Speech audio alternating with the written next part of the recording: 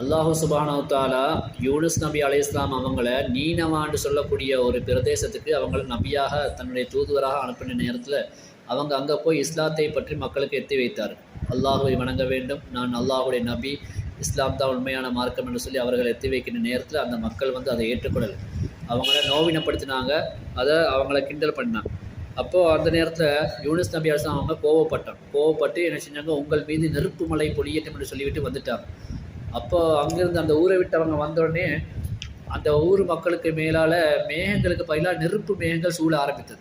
அப்போ தான் மக்கள் எல்லாம் பயந்தாங்க, வந்தவங்க அல்லாஹ்வுடைய நபி தான், நம்ம தான் தப்பு பண்ணிட்டோம்னு சொல்லி அவங்கள தேடி போனாங்க. அவங்க கடலோரத்துக்கு போயிட்டாங்க. அப்போ அங்கே போன நேரத்தில் ஒரு கப்பல் ஏறி அவங்க போன நேரத்தில் கப்பல் சரியாக கடலில் போகலை.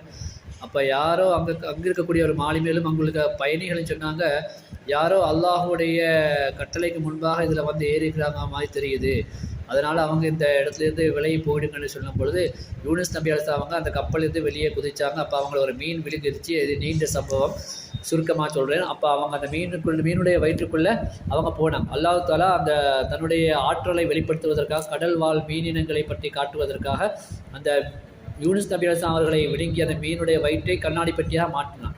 அதுக்குள்ளே இருந்து யூனுஸ் நபி அலைஹிஸ்ஸலாம் அவங்க கடலிலே வாழ்ந்து கொண்டு இருக்கக்கூடிய அந்த மீன் இனங்களை எல்லாம் பார்த்தார்கள். அந்த கடல் மீன்கள் எல்லாம் தஸ்பீஹ் செய்வதை அவங்க பார்த்தாங்க.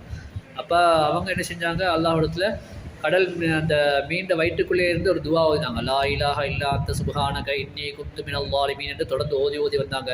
அதன் காரணத்தினால அல்லாஹு தஆலா யூனுஸ் நபி அலைஹிஸ்ஸலாம் அவர்களை அந்த துவாவின் காரணத்தினால அந்த மீனை கரைக்கு கொண்டு வர வச்சு அந்த மீனுடைய வாயினாலே அவர்களை கக்க வைத்தார்.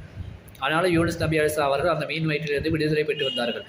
இடையூறு ஏற்படுகின்ற நேரத்தில் நமக்கு ஏதாவது இடைஞ்சல்கள் அதே போல் தடங்கல்கள் வருகின்ற நேரத்தில் லா இலாஹ இல்லா அன்த சுப்ஹானக இன்னீ குன்து மினல் ஸாலிமீன் என்ற இந்த துவாவை யூனுஸ் நபி அலைஹிஸ்ஸலாம் அவர்கள் ஓதின இந்த துவாவை நாமளும் ஓதினா அல்லாஹ் தஆலா நமக்கு ஏற்படக்கூடிய தடங்கல்களையும் இல்லாமல் ஆக்கிடுவான்.